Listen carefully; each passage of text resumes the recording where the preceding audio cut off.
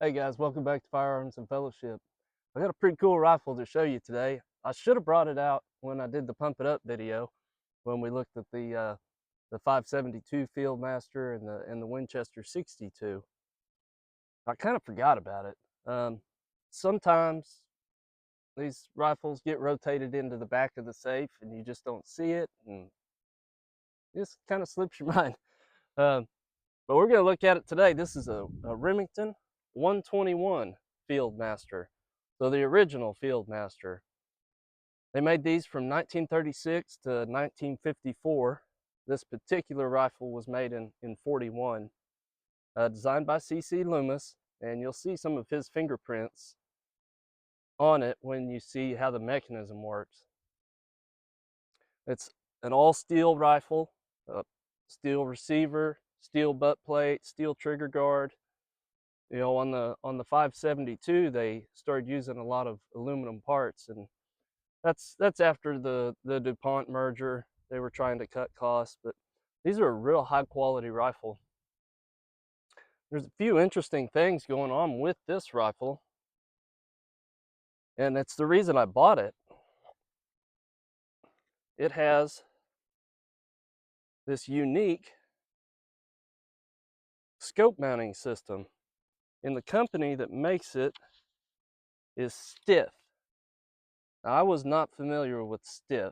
I had to do some sleuthing on the interweb, and I didn't find much. So if you guys know about Stith, they also made scopes, but put it down in the comments because I would like to know. I couldn't find a whole lot. I know that they call this like an Alaskan style mount, where the scope actually goes into this tube and it's kind of recessed back there. There's a screw here that you can undo. So this is a takedown model. You undo the screw and it comes into two pieces.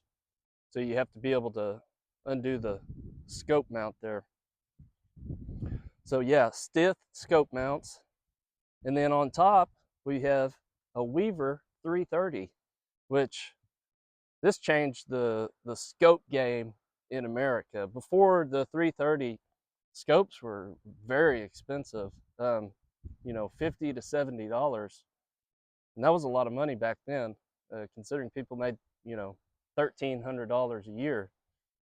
So these were like 14 bucks, that's huge. So, you know, Bill Weaver put scopes on hunting rifles in America, and I'm going to do a whole video on the 330 because we could sit here and talk about this for a little while.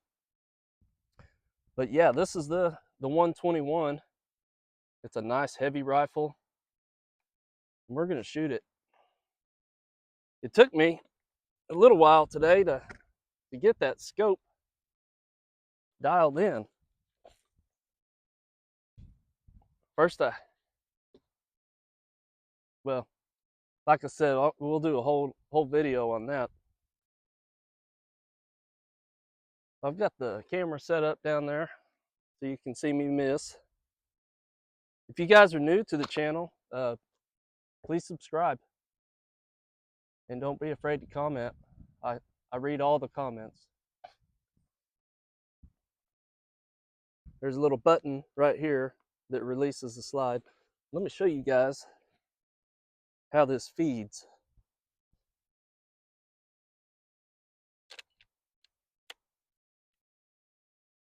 Try to do it slow. See how it brings it right in line with the barrel, just like on the Model 34. C.C. Loomis really liked to do that. And we saw that on the Winchester 62 as well. That helps maintain the integrity of the bullet, which should improve accuracy. I don't know if it's going to help me any, but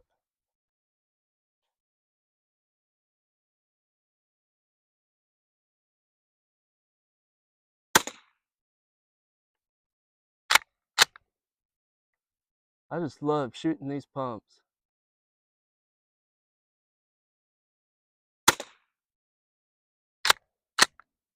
And it feels like a summer day here. It's got to be 70.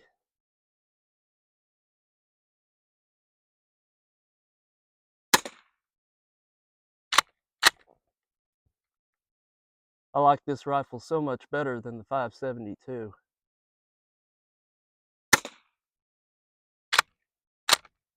It's just the quality. It's a step change. Now these old scopes, compared to what we have today, they're hot garbage. But back then, it was a big deal. The 3/4 inch tube, the light is terrible. There's just, it is what it is.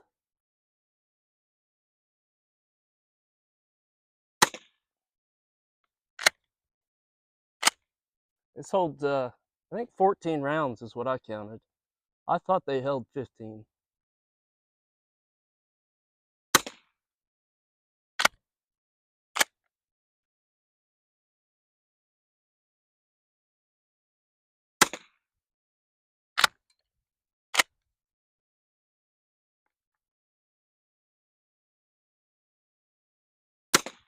They made about 200,000 of these. This one was made right after the war started. You know, Remington shut down in 40. To help with the war effort. There was a ton of different versions of this rifle. They came in smooth bore and ski-o-matic and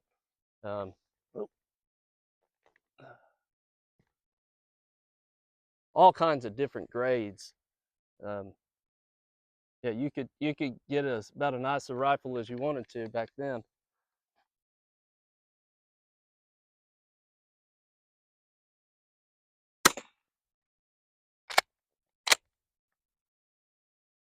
Really neat action.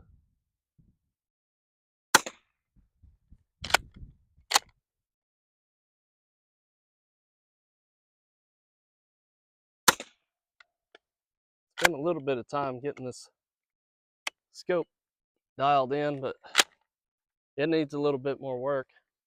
Now you can send these old scopes off to what's the name of it? Vintage. I think it's called Vintage Scopes, and they'll rebuild them. They'll refurbish them. They'll put new glass in them. I don't know. They do something with nitrogen, but I mean they're all steel, so they should last forever. Aside from the glass. But anyway, guys, that's the Remington 121.